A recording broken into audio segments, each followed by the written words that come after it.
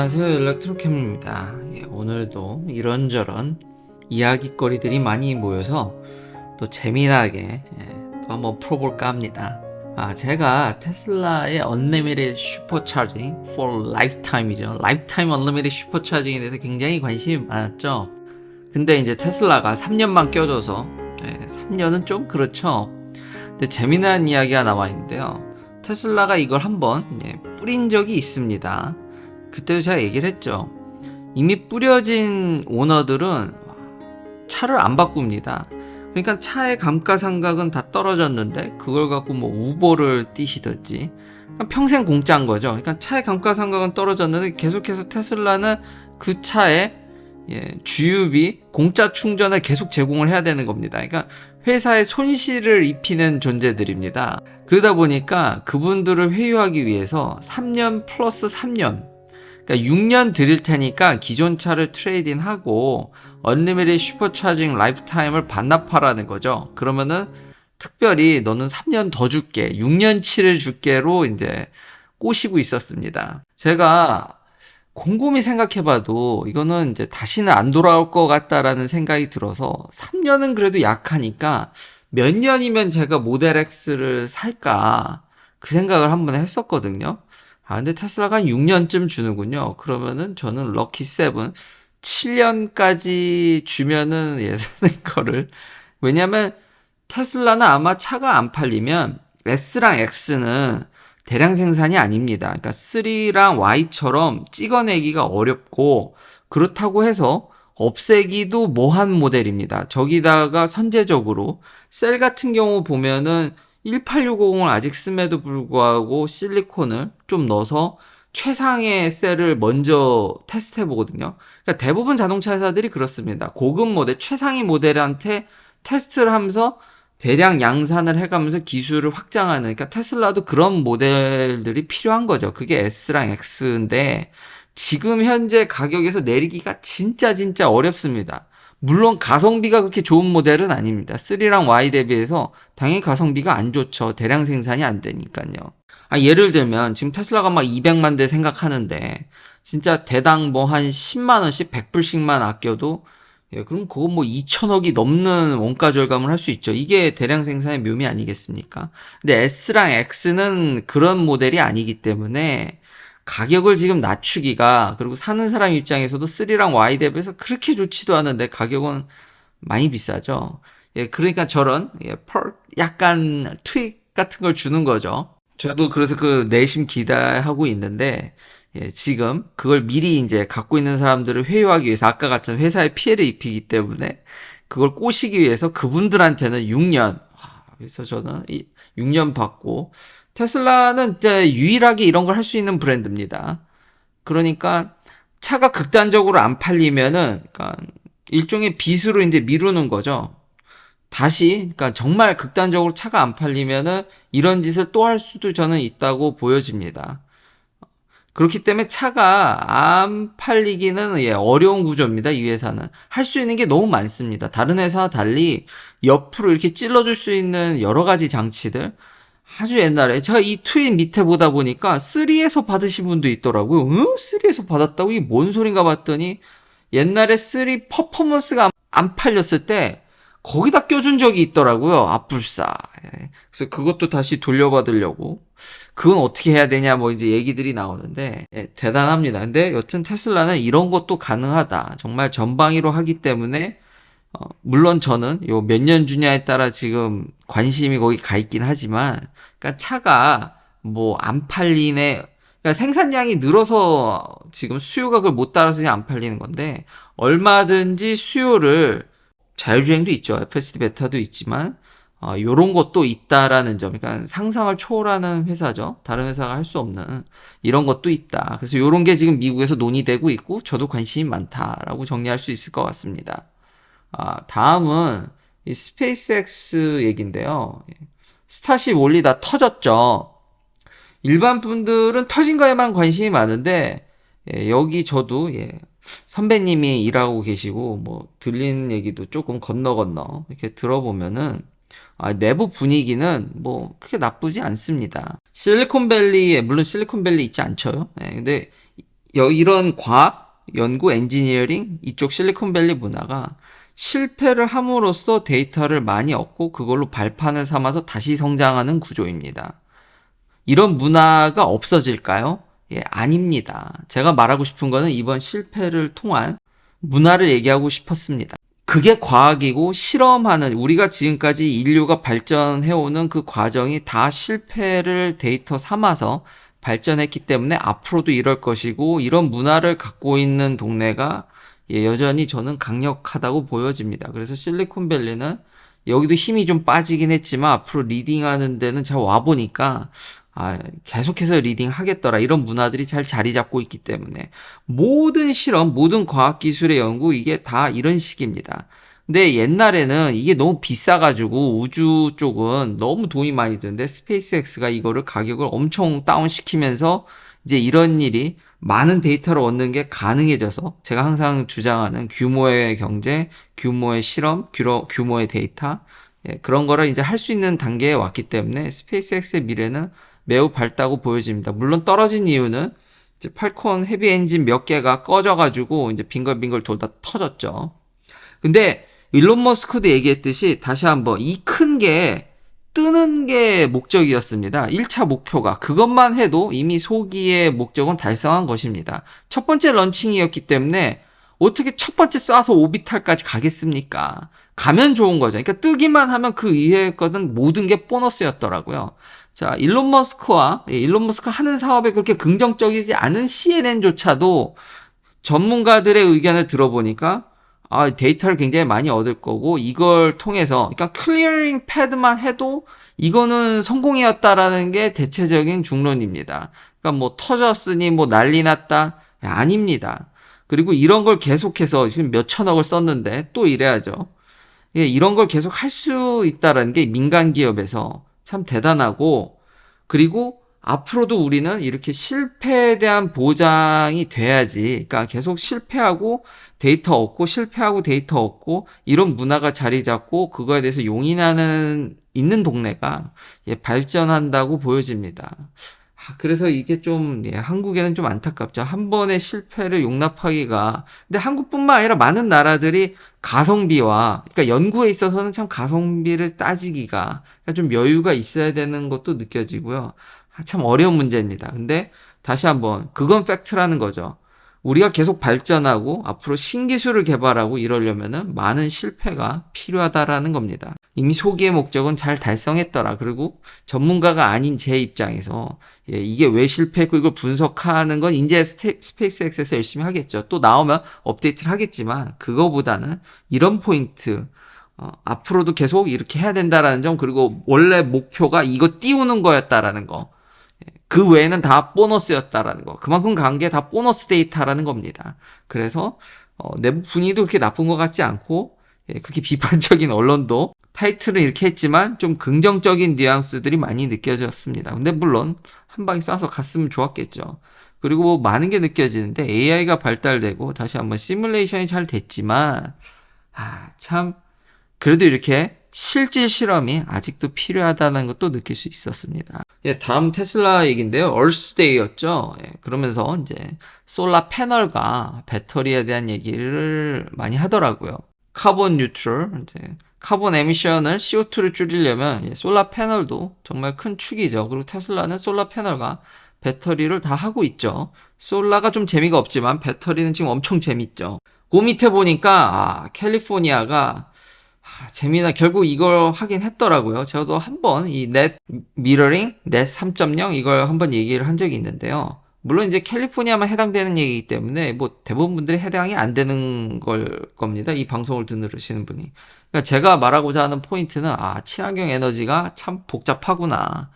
이것도 머리가 아프네. 근데 이 복잡한 거를 다 옵티마이즈 할 수 있는 기업은 이게 또 테슬라밖에 없다라는 게 넷 미러링 3.0이 뭐냐면 캘리포니아가 옛날에는 솔라 패널에서 이제 레지덴셜 솔라 집에서 솔라 패널이 있으면 거기서 이제 전기가 생산되면 낮에는 넘쳐나겠죠. 자기가 패널이 많으면 남는 에너지를 이제 그리드에 환원하고 나중에 그걸 돌려받는 시기였습니다. 근데 이게 그리드에 과부하를 주는 제가 한번 얘기를 했죠. 친환경 에너지가 왜 이렇게 솔라 패널 같은 경우는 가격이 지금 내추럴 가스보다도 쌉니다. 진짜 싼데도 왜 이렇게 퍼지지 않는가에 대해서 얘기를 했는데, 이게 껐다 켰다를 반복하다 보니까 이거 관리하고 통제하는 게, 분배하고 이런 게, 그거 관리하는데 에너지가 들 거 아닙니까? 그게 더 심각하다라는 거죠. 그러니까 우리의 인프라스트럭처가 이 친환경 에너지에 맞지가 않습니다. 그래서 실제로는 이렇게 단가가 엄청나게, 진짜입니다. 가스나 내추럴 가스보다, 가솔린이나 심지어는 뉴클리어보다. 근데 이건 이제 쓰레기 처리 비용이 좀 포함되어 있어서 그런데 이것도 논란이 있긴 했죠. 근데 석탄 이거보다 솔라 패널이 제일 쌉니다. 이미 2020년에 더 완전히 싸다라는 거, 지금 월등히 더 싸고요. 싸다라는 거를 이미 미국 국가기관에서도 인증할 정도인데 이게 왜 널리 퍼지지 않냐라는 거죠. 그런 이유에서였는데 이번에 캘리포니아가 과부하 그것 때문에 그 넷 미러링 3.0으로 가면서 낮에 넘쳐나는 전기를 이렇게 그리드에 공급해주고 이제 돌려받을 때 그 가격을 홀라당 후려쳤습니다. 그러니까 이득이 안 나죠, 잘. 그러니까 남는 전기, 내가 낮에 생산한 전기를 이제 돌려받을 때, 밤에 돌려받을 때 이게 옛날만큼 득이 안 나는데, 그래서 파워월과 같이 쓰면은 득이 된다라는 걸 광고를 하더라고요. 이제 같이 파워월과 같이 패키지로 사야지 더 밸류어블하다. 이제 알아서 전기도 각자 도생인 건가요? 알아서 생산하고 알아서 저장하는 게 훨씬 더 이제 값어치 있다, 뭐 그런 얘기입니다. 이제 패키지로 이걸 이제 공격적으로 토탈 패키지로 관리하면서 물론 솔라 패널 설치하는 회사들이 뭐 배터리도 얻어다 할 수 있긴 한데, 자동차도 팔면서 이건 토탈 패키지로 그리드 시스템에게 잘 녹아내게끔 포텐셜이 가장 강력한 기업은 여기라고 할 수 있을 것 같습니다. 실제로 파월 가격도 제가 알아본 바로는 미국에서 제일 쌉니다. 솔라 패널은 그렇지가 않은데 이게 설치비라든지 좀 변수가 있어서. 근데 배터리 가격은 지금 경쟁하는 업체들 중에서 테슬라가 가장 싸기 때문에, 그러니까 메가팩도 싸게 공급을 하죠. 여기에 토탈로 적응할 수 있는 회사가 참 유력하죠. 차만 잘 만드는 게 아니라 이런 것도 있다. 얼스데이에 테슬라가 트위터에 이런 거 올린 걸 보면서 이 동네 소식도, 이제는 뭐 전력도 알아서 생산하는 게 배터리가 좀 더 싸진다면은 의미가 있다라고. 지금도 물론 이제 인산철을 필두로 많이 싸졌지만 여전히 좀 더 싸질 필요는 있는 것으로 보여집니다. 그러면서 이 솔라 패널의 무시무시한 나라가 중국이죠. 그리고 지금 IRA법에서도 지금 중국을 배제하려는 그 배터리, 그러니까 배터리나 솔라나 다 똑같습니다. 제가 궁금한 게 생겨서 저도 좀 더 자세히 읽어봤는데, 옛날 기사들을, 솔라 패널을 생산하고 배터리를 생산하는 게 별로 그렇게 뭐 인력을 고용하는 개수가 높지 않습니다. 다 자동화 웬만큼 돼서. 물론 그래도 연구 인력은 필요합니다. 연구 인력이 별로 없죠. 그러니까 노동력이 필요 없는 거지 연구는 계속 해야 되는데, 여튼 뭐 인건비가 차지하는 비중은 매우 적죠. 아니 근데 왜 우리는 이렇게 중국한테 계속 시달리는 건가 봤더니 여기 답도 규모더라고요. 여러 가지 이렇게 신문지상이나 자료들을 찾아보니까요. 아니 러스도 아니고 레이버도 아니고 서브시디도 아니고 보조금입니다. 보조금도 아닌데 왜 이렇게 중국의 솔라 패널 배터리는 강력하냐? 역대급 규모를 갖췄기 때문이랍니다. 무지막지한 서플라이 체인과 모든 것을 중국에 다 몰아서 정말 누구와도 비교할 수 없을 정도의 엄청난 규모를 자랑하는 산업을 구축하는데 전 세계 유일무이하게 성공을 했기 때문에 중국이 저렇게 경쟁력이 있는 거랍니다. 그러니까 싼 인건비도 아니고 보조금도 아니고 이제는 정말 규모로. 그러니까 중국도 좀 똑똑한 거죠. 그러니까 중국을 배제하려고 하지만 현재 지금 배터리가 쉽지 않죠.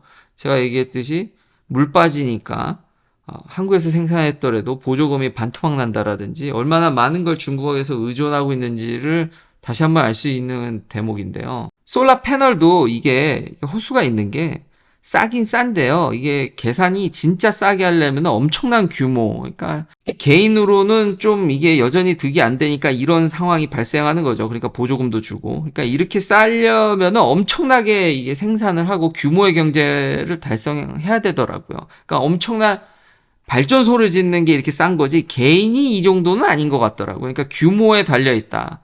전부 다 규모에 달려 있는데 중국이 어마무시한 규모를 달성해서 솔라 패널이든 배터리든 정말 유리한 고지를 잡고 있는데 과연 미국이 이거를 꺾기 위해서 지금 엄청난 보조금을 살포하기 시작해서 자국에 이제 생산을 들어오려고 하는데 과연 이게 성공을 할지 저도 매우 매우 궁금합니다. 제가 항상 얘기하는 과거에는 이렇게 하려다가 물가 상승만 부추겼다. 근데 이번은 또 미국이 엄청나게 뿌려대니까 또 어떻게 될지 저도 궁금합니다. 그리고 한 가지 더 마지막으로 이런 뉴스를 좀 더 전달하기 앞서 이제 다각화 시대긴 한데요. 조금 느슨해졌을 뿐, 그러면 제가 궁금한 건 소비 시장이 어디냐라는 겁니다. 그러니까 다들 각자 노생을 하지만 지금까지 세계 경제가 미국이 소비를 해줘서 이끌어 왔는데 중국이 과연 소비를 해줄 수 있냐라는 거죠, 지금. 딱히, 이게 참 앞으로 좀 그러니까 힘든 길이 되지 않을까라는 생각이 들고요. 결국 아직까지 소비가 미국의 소비에 모든 거를 의존해서 아직은 가고 있기 때문에 그게 좀 힘이 빠졌을 뿐이지 여전히 미국 시장, 그러니까 다들 미국에서 보조금 주는 걸 그렇게 관심 많은 거 아니겠습니까? 그리고 인구가 줄는 한국에도 시사하는 바가 많고요. 그 부분이 좀 걱정이 되긴 합니다. 결국 시장 규모, 제가 계속 얘기하고 싶은 규모를 얘기하고 싶습니다. 마지막은 이 캐딜락 리릭은 문제가 많네요. 이게 프로덕션 하는 게 좀 또 밀렸답니다. 이게 차 만든 게 밀린 건지 배터리가 밀린 건지는 잘 모르겠지만 2024년 제가 예전 뉴스 보도도 2023년을 2024년형으로 바꾸고 있고, 그러니까 미리 어느 정도는 많이 만들어 놨는데 배터리 문제라는 얘기가 많은데 여튼 생산이 또 밀렸답니다. 쉽지 않죠. 정말 GM 제가 계속 얘기하는 불안불안하긴 합니다. 꾸역꾸역 가는 것 같은데 그런 조짐이 도처에 계속 나오니까 참 불안합니다. 불안. 부디 좀 잘 나와서 경쟁이 좀 잘 됐으면 좋겠고. 테슬라는 그렇게 오토파일럿 로우스에 지금 많이 걸려 있는데 또 한 고비를 넘겼다고 할 수 있겠죠. 이 오토파일럿을 시내에 썼다가 이제 사고 나서 3 밀리언 달러 정도의 데미지와 뭐 이제 이 피해자분도 수술하고 이제 보상이라든지 그런 걸 요구했는데 결국 판결은 배심원은 그걸 모두 이제 턴다운하고 테슬라의 손을 들어줬습니다. 뭐 에어백도 제대로 작동하지 않았다고 하는데 사실 에어백도 잘 작동했고 그리고 뭐 데이터를 숨겼다 테슬라가 그렇지 않았다라는 거죠. 테슬라가 이미 다 이제 디스클로 다 열었다라는 겁니다. 적절하게 데이터를 다 공개한 정황도 있어서 이걸 다 들어주기는 어려운 것으로. 그러니까 결국은 테슬라가 이것도 잘 넘어간 거죠. 여러 가지 로우스이 있지만 아무도 이런 후속 보도들 맨날 이제 소송 당했다만 얘기하고 근데 워낙에 이제 소송 결과가 몇 년 뒤에 나오다 보니까 사람들 관심이 다 식은 다음에 결과가 나오니까 이게 테슬라가 맨날 소송 당한 얘기만 하지 그 뒤에 그런 얘기 잘 안 해서요. 근데 지금까지 다시 한번 이런 소송이 테슬라에 영향을 준 적이 없는 것 같습니다. 물론 여전히 계속 ongoing investigation이 있고 또 추후 소송이 있지만 글쎄요.